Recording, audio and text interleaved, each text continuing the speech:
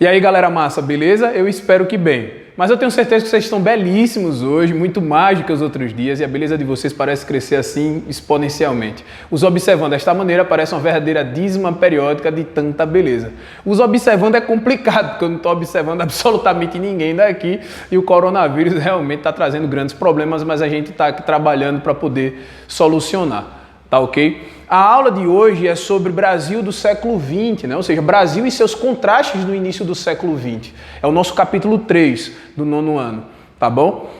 E a gente precisa entender que no capítulo 1 e no capítulo 2, a gente já trabalhou a transição do século XIX para o século XX. A gente já trabalhou as sequências políticas, o que é que vai acontecer, o coronelismo, o voto de cabresto, política dos governadores, política do café com leite. A gente já trabalhou isso. Tá? A gente já trabalhou a República dos Marechais, Marechal Deodoro da Fonseca, Marechal Floriano Peixoto, essas transições. A gente já viu a sequência política até chegar no Vargas.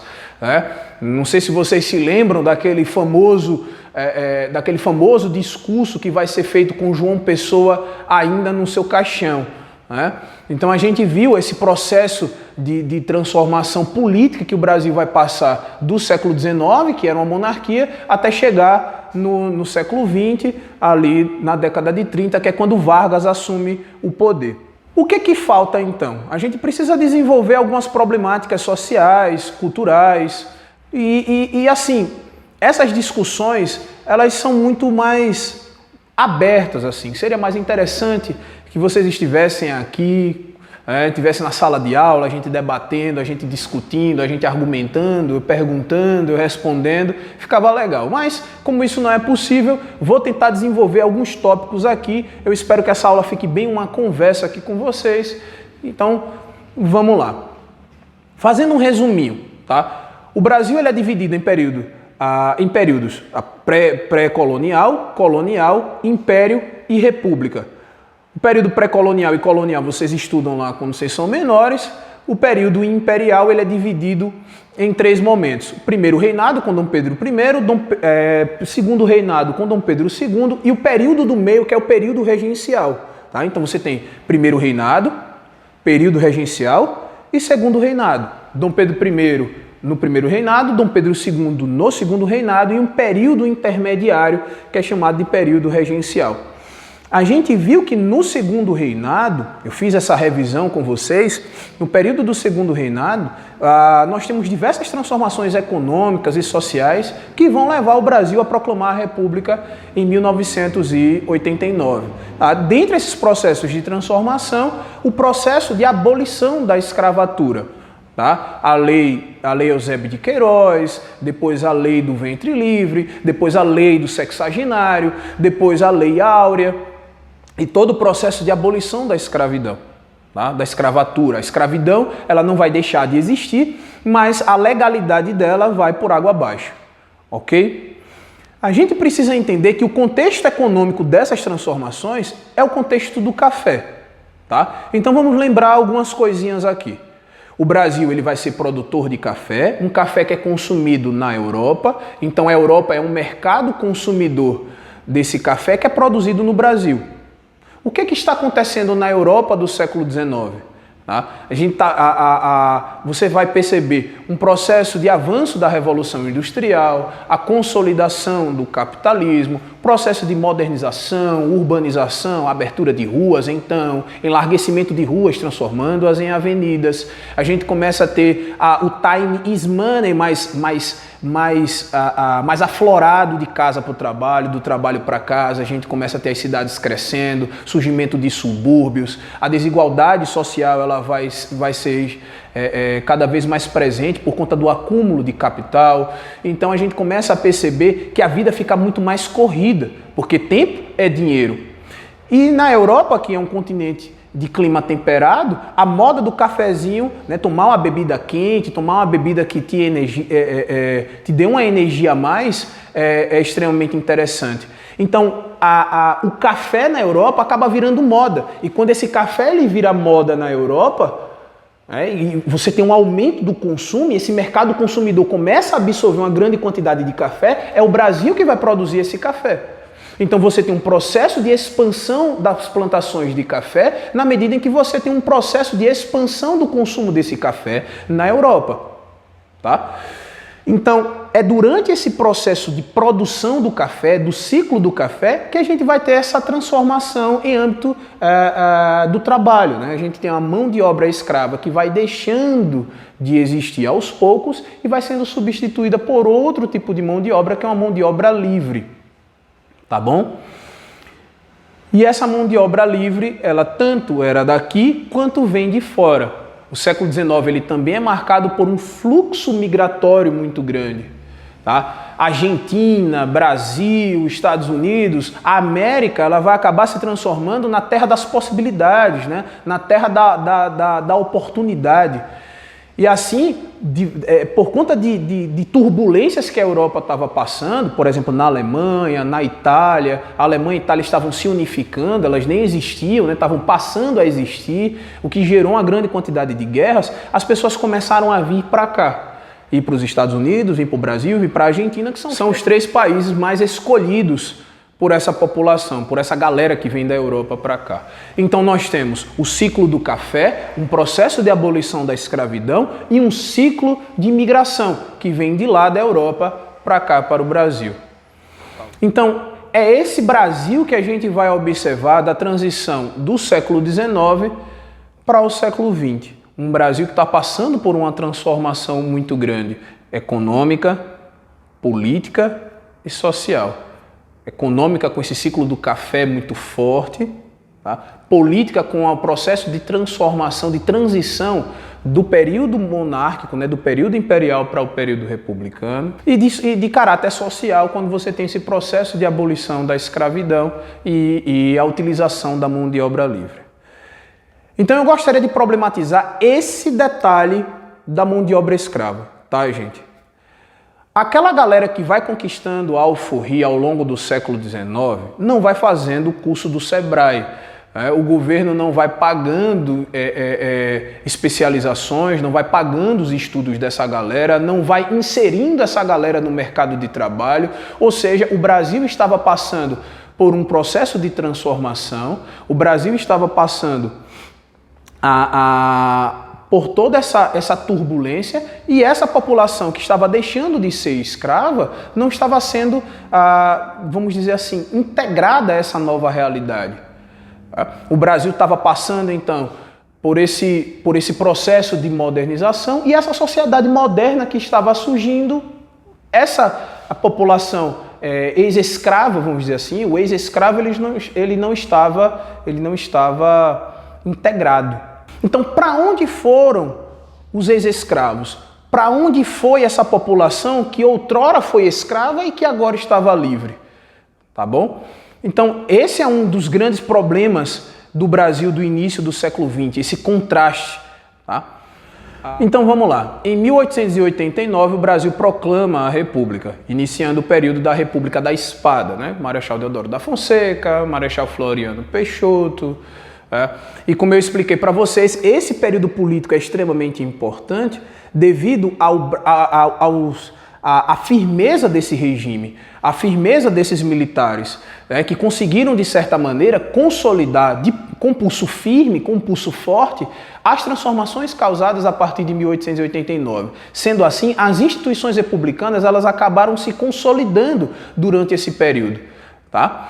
A gente precisa levar em consideração que depois da República da Espada, nós iniciamos o período da República Oligárquica.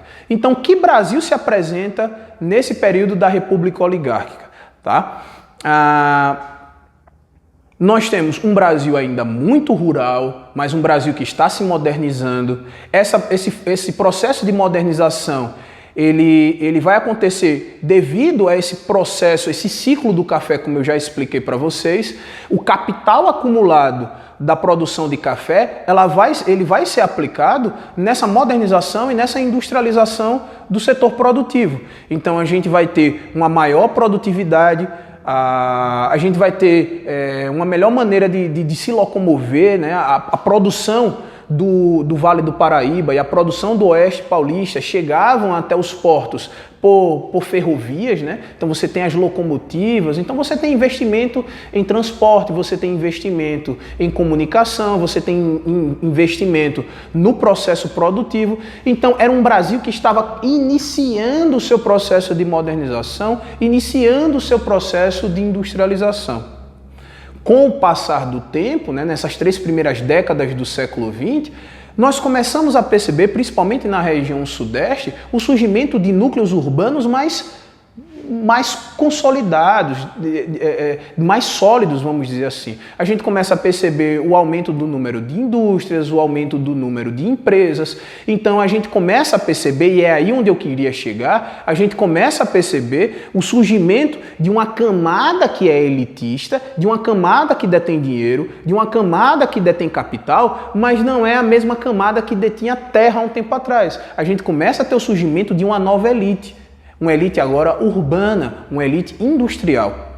É bem verdade que alguns empresários do ramo industrial são investidores do café, ou seja, eram homens que tinham dinheiro do café, eram homens que tinham dinheiro dos seus latifúndios, eram homens que tinham dinheiro de outras culturas que não seja o café, mas do açúcar também e de outros, do algodão, do cacau. É bem verdade que vários desses senhores de terra também se transformam em investidores na área industrial, investidores na área urbana. Mas a gente começa a perceber no Brasil, durante esse período, o surgimento de uma nova elite. Uma elite que não está mais ligada à questão da terra. Uma elite que agora tinha dinheiro, vivia na cidade, era uma elite urbana e uma elite industrial. Então a gente começa a perceber um Brasil que é agrário e exportador, e a gente começa a perceber um Brasil que é urbano e industrial. É como o cadastro do teu tênis. São 2 pontas de um mesmo cadastro. Você começa a ter uma elite agrário exportadora e uma elite urbana e industrial.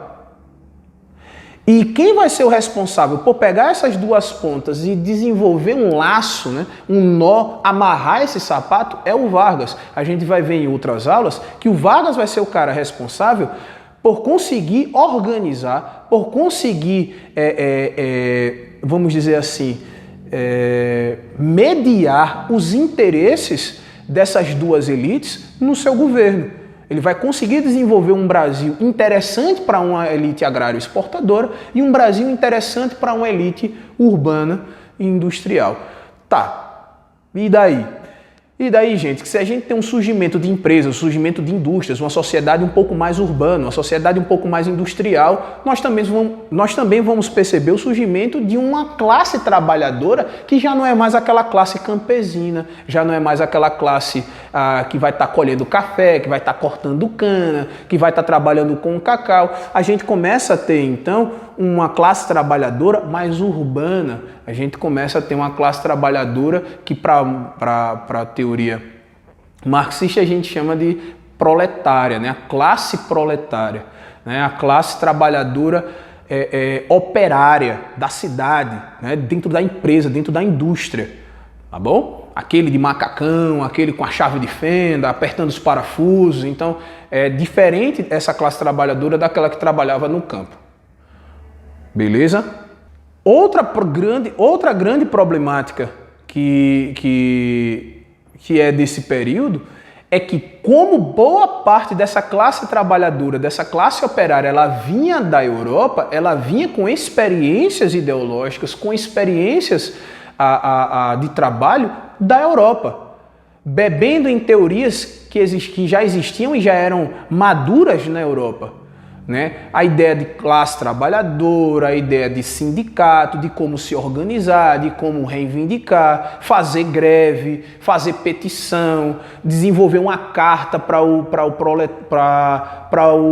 empresário, para o dono da indústria, com as suas reivindicações. Então, o Brasil ele vai ter o surgimento de uma classe trabalhadora, vamos dizer assim, que já nasce madura, porque ela vem de outro canto.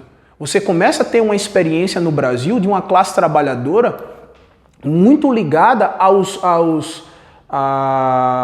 processos de luta da Europa do século XIX. Né? Então é um trabalhador já maduro, Então, por exemplo, em 1917, que é o ano da Revolução Russa, na Rússia, obviamente, a gente vai ter uma greve geral em São Paulo. E essa greve geral traz uma grande quantidade de trabalhadores. Então, não é uma classe trabalhadora que nasce inocente. Ela vai vir muito maliciosa, né? Vai vir muito entendida das coisas, tá? Sabendo se manifestar e sabendo botar o pé na parede quando é necessário. Tá bom?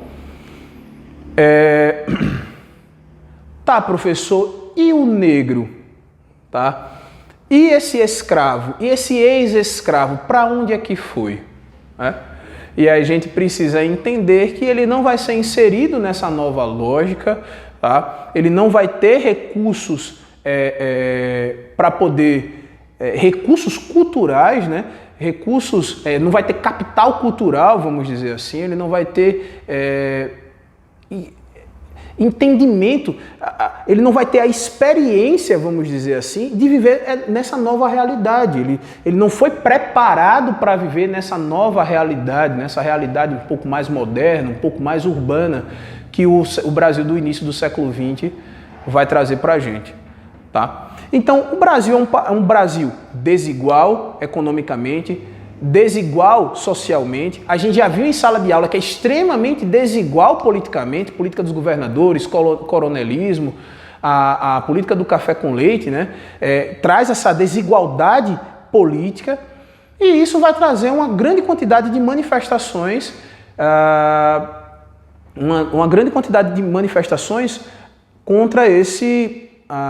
contra essa estrutura, contra a máquina, vamos dizer assim, do Estado, contra os patrões, contra o Brasil, né? Contra o seu governo. A gente vai ter canudos, a gente vai ter contestado, a gente vai ter a galera do cangaço que não baixava a cabeça para ninguém, a gente vai ter o movimento tenentista.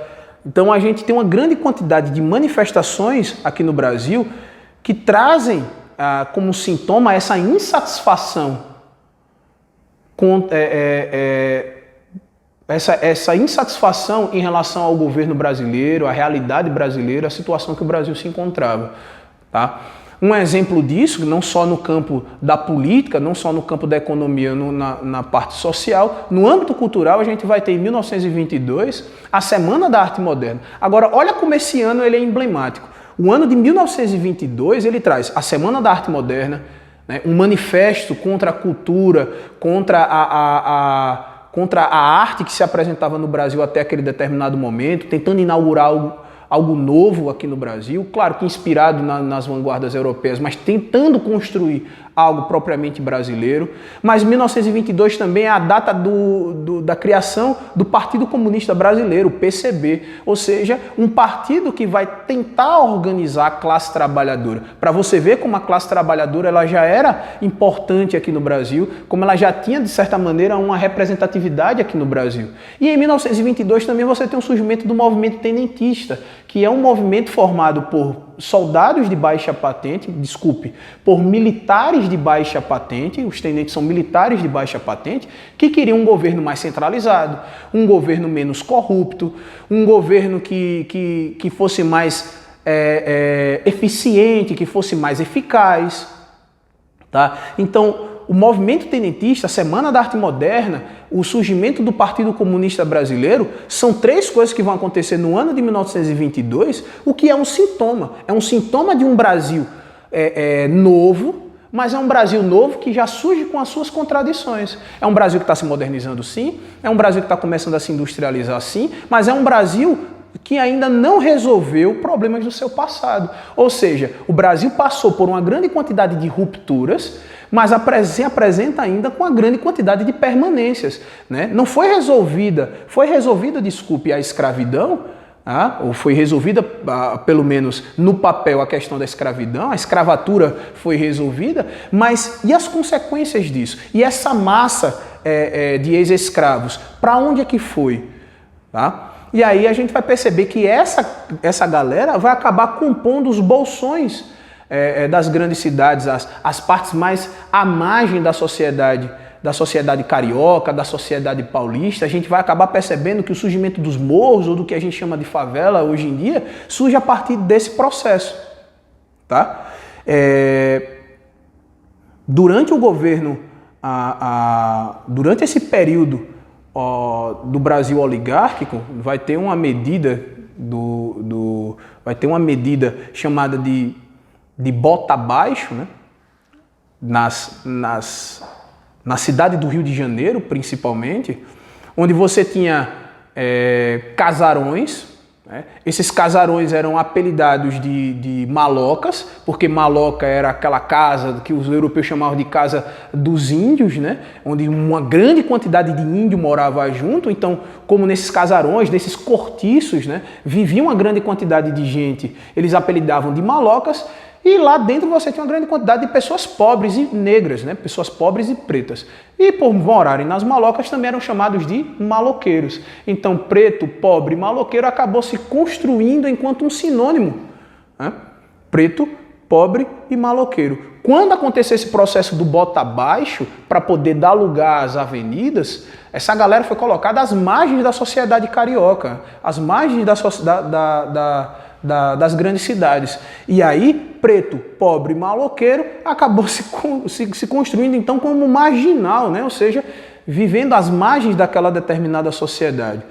De certa maneira, em que vivendo longe dos centros urbanos ficava muito complicado de sobreviver, eles acabavam voltando para os centros urbanos, eles voltavam para aquelas regiões, mas começavam a construir habitações irregulares nos morros, né, que tinha uma vegetação com o nome de favela. Então, preto, pobre, maloqueiro, marginal e favelado são palavras que vão se construindo ao longo desse contexto e com o tempo vai fazendo parte do nosso dialeto, né, vai fazendo parte da nossa linguagem, como se fossem sinônimos. Né? As pessoas trabalham essas palavras de uma maneira bastante desavisada. Né?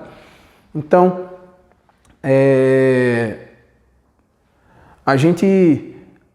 o que eu gostaria de passar para vocês hoje são essas contradições. Eu queria que essa aula fosse realmente uma conversa, eu queria que essa aula realmente fosse um debate, queria que essa aula fosse uma verdadeira uma mesa redonda. Na verdade, esse tipo de aula seria perfeita para uma mesa redonda, para a gente discutir os problemas econômicos, sociais, políticos que o Brasil enfrentava naquela época e que enfrenta hoje ainda, né?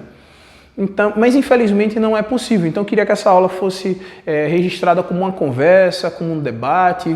Tentei apresentar aqui os principais tópicos sobre esse Brasil, do século XX, né? Esse início do século XX, antes do Vargas assumir o poder. Tá? Pessoal, gostaria de agradecer a atenção de vocês e até a próxima.